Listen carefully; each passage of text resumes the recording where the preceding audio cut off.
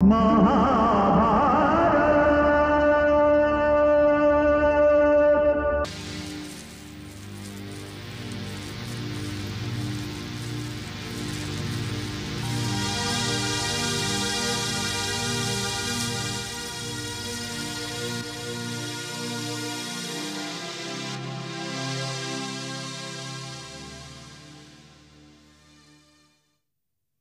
भ्राताश्री।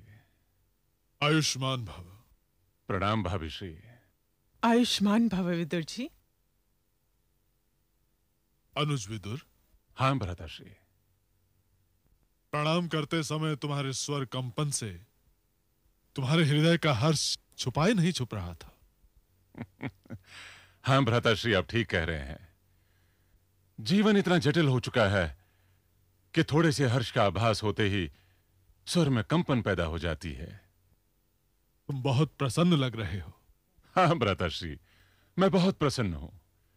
समाचार ही इतना हर्षदायक है कि यदि आप भी सुनेंगे तो गदगद हो उठेंगे। अच्छा, क्या पांडवों ने क्षत्रिय धर्म की परंपरा तोड़ दी है?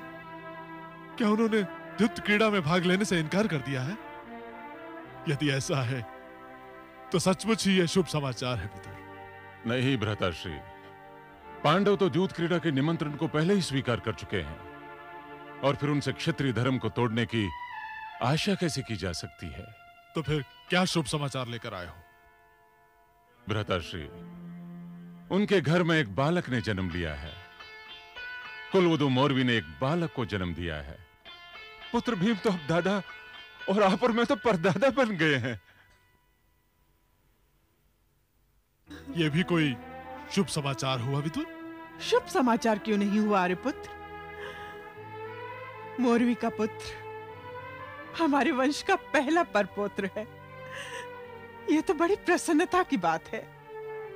और इस प्रसन्नता का श्रेय भी देवकी नंदन को ही जाता है, क्योंकि उन्होंने ही मौरवी और घटोत्कच का जोड़ मिलाया था। माता और शिशु कुशल तो है न विदुर जी? हाँ भाभिश्री, वो सब ठीक है।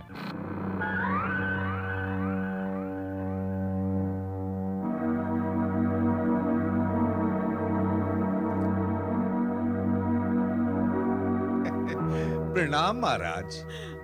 आपने शुभ समाचार सुना भ्राताश्री? सुना बहना, अवश्य सुना।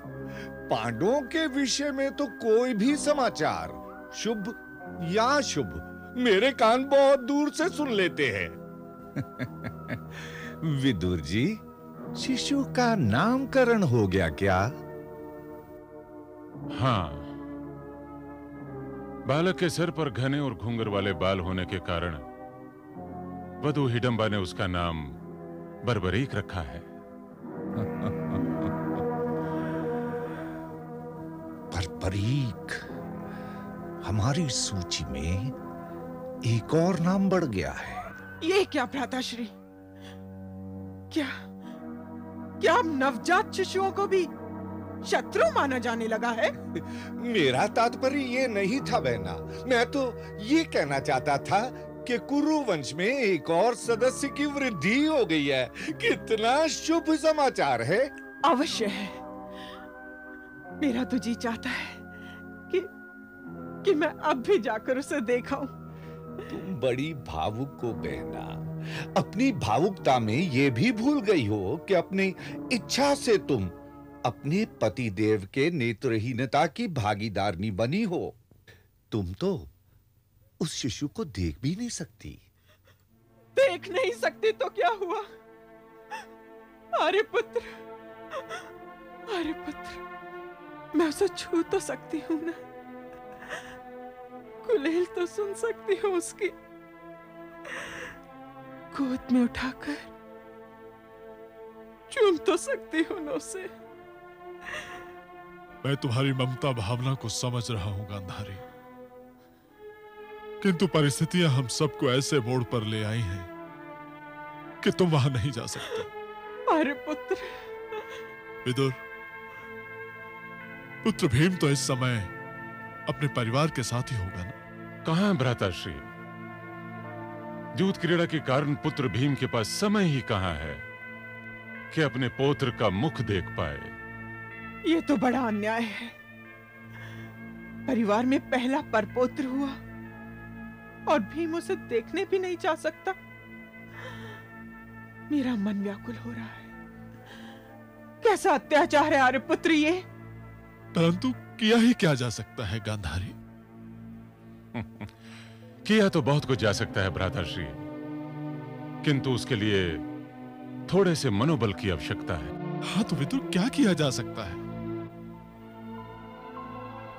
यदि थोड़े समय के लिए द्यूत क्रीड़ा को टाल दिया जाए तो पुत्र भीम भी अपने पौत्र का मुख देख सकता है। तुम कैसी बात कर रहे हो अनुज? ठीक ही तो कह रहे हैं विदुर जी। द्यूत क्रीड़ा बाद में भी हो सकती है आर्यपुत्र। शिशु का जन्म रोज रोज तो नहीं होता। तुम लोग सदैव ही उल्टी बात करते हो। द्यूत क्रीड़ा कैसे टल सकती है? पुत्र दुर्योधन तो उसका समय भी निश्चित कर चुका है। तो क्या हुआ? पुत्र दुर्योधन युवराज है, महाराज आप हैं। आप समय बदल दीजिए तो किसमें साहस है कि आपकी बात को टाल सके? किंतु पुत्र युधिष्ठिर भी तो निमंत्रण स्वीकार कर चुका है गांधारी। वो क्षत्रिय परंपरा को तोड़ने के लिए कदापि तैयार नहीं होगा। परंपरा परंपरा परंपरा, क्या ही परंपराएं तोड़ी नहीं जा सकती? और वो भी द्यूत क्रीड़ा जैसी दुष्ट परंपरा जिसका परिणाम सर्वनाश के अतिरिक्त और कुछ भी नहीं है आर्यपुत्र। तुम्हें दूसरों की बड़ी चिंता है गांधारी, अपने पुत्रों का कोई ध्यान नहीं है। जानती हो, यदि द्यूत क्रीड़ा में बाधा डाली गई तो दुर्योधन आत्महत्या कर लेगा। क्या तुम चाहती हो कि हम अपने पुत्र से हाथ धो लें? मैं ऐसा कब कह रही हूँ आर्यपुत्र? मैं तो केवल ये कह रही हूँ कि कुछ दिनों के लिए द्यूत क्रीड़ा टाल दी जाए। ये तुम कैसी बातें कर रही हो बहना? द्यूत क्रीड़ा भला अब कैसे टल सकती है? सारी तैयारियां हो गई हैं और ये मेरे पास से अपना चमत्कार दिखाने के लिए इतने व्याकुल हैं कि बार बार मेरे हाथों से फिसले जाते हैं।